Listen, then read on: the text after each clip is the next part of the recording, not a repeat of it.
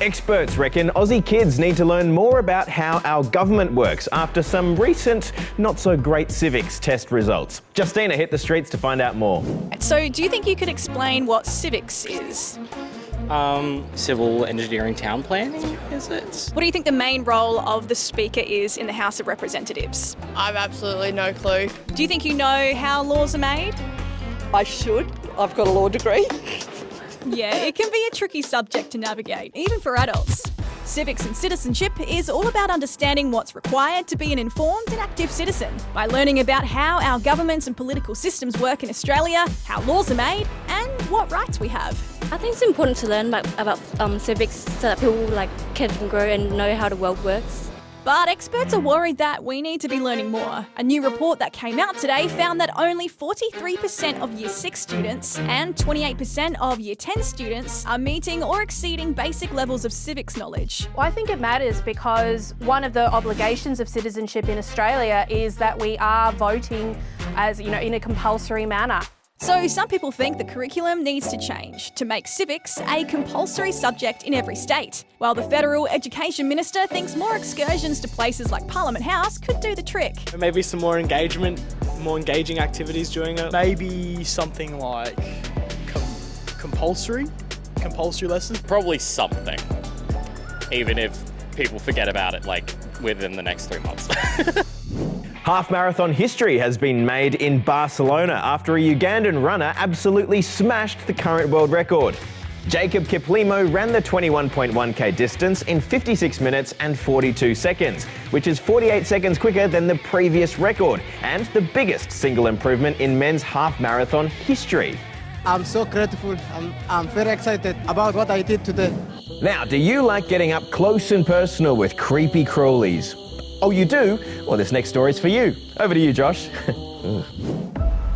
56,000 specimens suspended in time, some dating back more than half a century.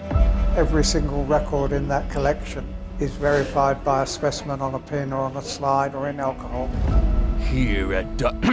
Here at Darwin's Berrima Farm Science Precinct, this climate-controlled bug bank has everything. There's decades of scientific data archived here, 40 years worth to be exact. And to celebrate that milestone, they've just opened the doors to an elite club known for surveilling all things insects.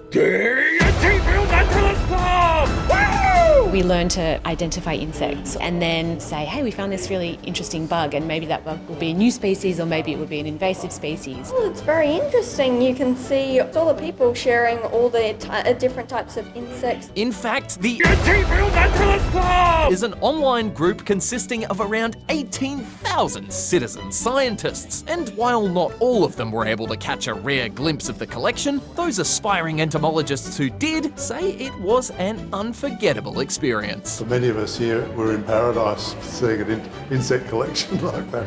It's just fantastic. Now it's time for a part of the show called Onwards and Onwards. That's a saying, isn't it? That's what they say, onwards and onwards. First up, to a new world record for the most juggling tricks performed in a minute. In the end, Dave Rush managed to do 49 different tricks. He holds 300-odd records, and let's just say quite a few of them involve juggling. Now, have you ever wondered how the Bureau of Meteorology names cyclones? Well, they have long lists of names in alphabetical order, and now that cyclone Zelia has come and gone, it's time to circle back around to the letter A, which has proved slightly problematic because next in line is the name Anthony, which just so happens to also be our Prime Minister's name. So, to avoid any confusion, the bomb says it'll be skipping ahead to the next name on its list, Alfred. And finally, to Czechia, where old-fashioned wooden skis and poles have been brought out to mark an historic event, the arrival of skiing in the region more than 100 years ago. Wooden skis are apparently a bit harder to use than modern ones, but some attendees reckon that makes it all the more fun. Well, that's all we've got time for today. We'll see you tomorrow. Bye for now.